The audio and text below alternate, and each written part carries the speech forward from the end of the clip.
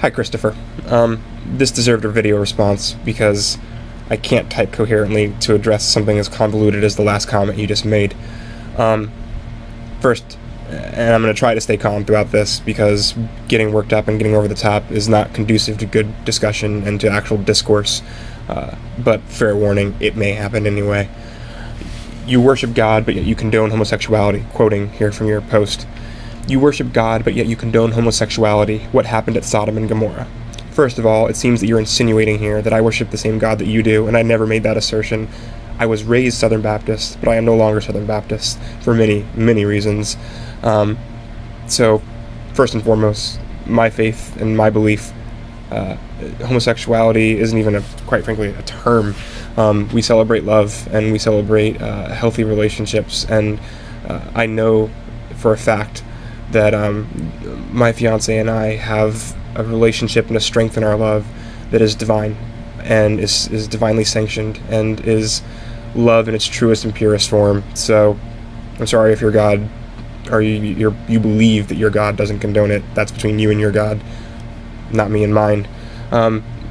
You also mentioned Sodom and Gomorrah. Again, going back to the Old Testament, if you wish to live your life by the Old Testament, even though the resurrection of Christ fulfilled the Old Testament and the Old Law, if you wish to live your life by it, then fine, feel free to do so.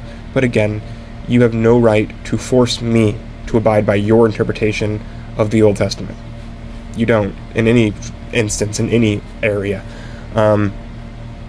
Period. Especially when it has no effect on you. It's just wrong. I'm allowed to my beliefs and you're allowed to yours, but you are not allowed to force your beliefs upon me. And you might say that gay marriage is forcing my belief upon you, but it's not, because I'm not forcing you to marry a gay person. You are forcing me to not get married. That's a different thing. Also, in terms of God condoning homosexuality, I think you should be aware that just within the Christian faith, you are still incorrect.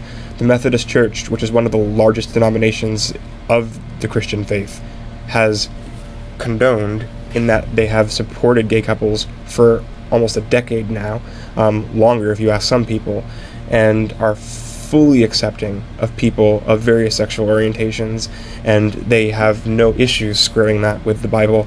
And so if you want to know how that works, talk to them. Again, I'm not going to do your research for you. If anyone says that marriage is not a sacred religious act, then where did it come from? Okay.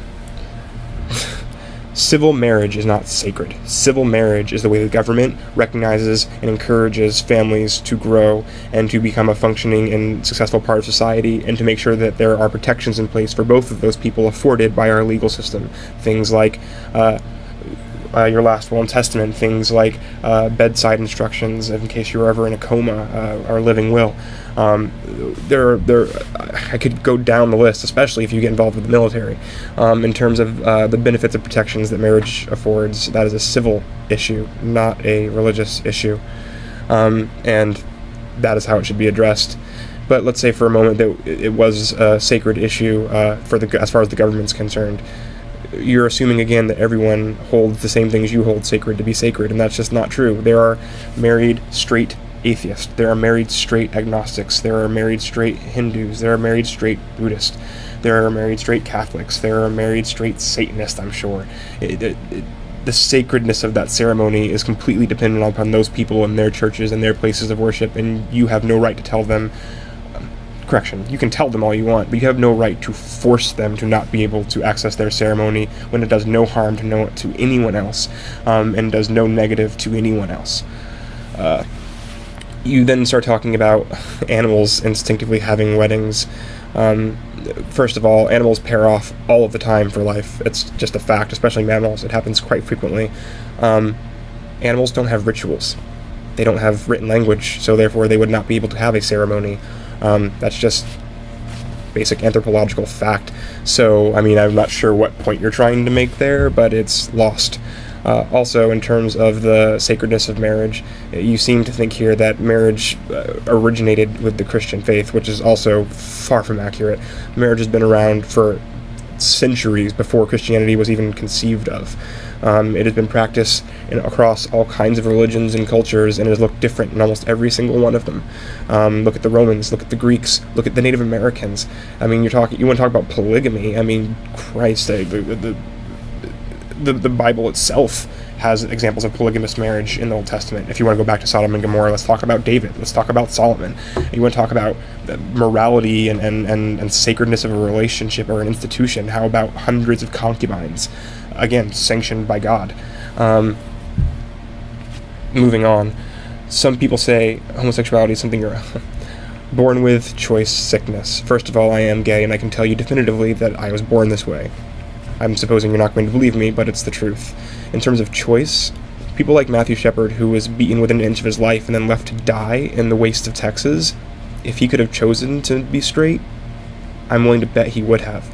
I know for a fact there have been multiple times in my life where I wish I could have chosen to be straight because life would be easier. But that's just not the way the cookie crumbles. I'm born the way I was born, and I am the way that God made me. So, that is what it is. As far as sickness is concerned, you need to check your facts. Every major and minor accredited and valid medical organization around the world has completely disavowed any previous statements that homosexuality is a disorder or disease or sickness of any kind. Many have gone out of their way to say that they were using bad science and bad medicine when they previously said that. And since the 70s, psychologists and psychiatrists in America have not classified homosexuality as a disorder or sickness.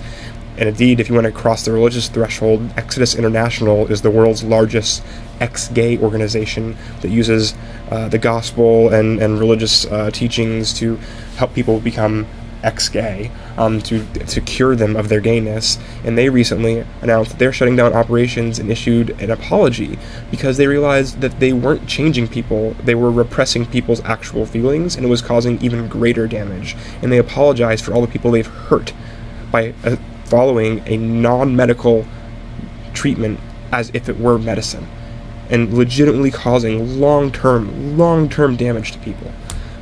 It's not a sickness, and to try to equate it to that or say that it is just shows that you're not researching or aware of the facts in this discussion. And now we're going to go to your role models, which rolls into John Wayne Gacy. I am trying desperately hard not to be offended by the fact that you just related. First, you earlier related to me to myself and my fiance to having sex with Beast, but now you're relating us to a pedophile and a mass murderer. So let's take your logic and let's use that logic on any other situation. How about the fact that Kennedys who allegedly raped and then killed women? So does that mean that all white Catholic males are rapists and liars and murderers? Or let's be a little more specific. How about Jim Jones? Jim Jones was a Christian. Jim Jones was a white male Christian. He was a white male Christian who started a cult. He was a white male Christian who started a cult and killed 900 people. Does that mean all white male Christians will do the same?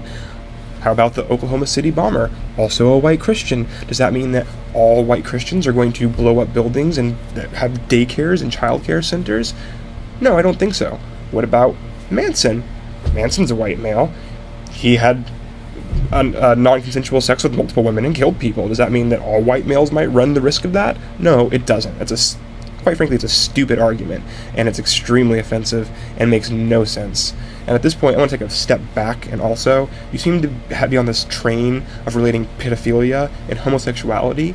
If you don't understand the difference between those two things, if you think they are correlated in some way, then you really should talk to someone who's actually informed on this. And when I say informed, I'm not talking about a biased person.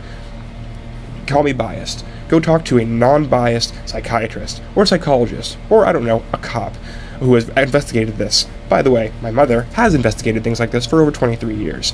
She is a criminal investigator, and I'm quite proud of her. And guess what? There is a huge difference between a pedophile and a homosexual, in that, one of them preys on innocent, weak children, and the other one is a person.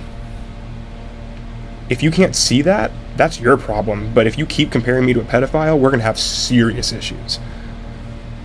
So with that, let me just say this. I enjoy having discourse and discussions over things where people have disagreement. I think it's important. It's important for individual development. It's important for societal development. And it's important to this country. And frequently I've had talks with the Avea family, whether it's Paul or Megan or Christine and others who I don't always agree with, who don't always agree with me. And sometimes we do agree on things. But one thing that we do is we use facts. We use the text, whether it be from the Bible or from another document. We use respect. We use historical context, and we don't just throw out blatant pieces of ideological bullcrap that aren't based in anything sound, that just make you feel better when you say them. So if you can't have that kind of clear and cogent discussion with somebody, then this conversation isn't going to continue, because it's not beneficial to you, and it's not beneficial to anyone reading this, and quite frankly, it does a disservice to someone like Paul, who can bring forth an opinion that I don't agree with and still be respectful. So I hope that one day you will see that your support of bans directly and realistically hurts myself and hurts my family, and puts us at risk and puts us at jeopardy if I end up in the hospital or if Daniel ends up at the hospital. And I hope that one day you see that the way that I see our country going, where we have equality, changes nothing for you.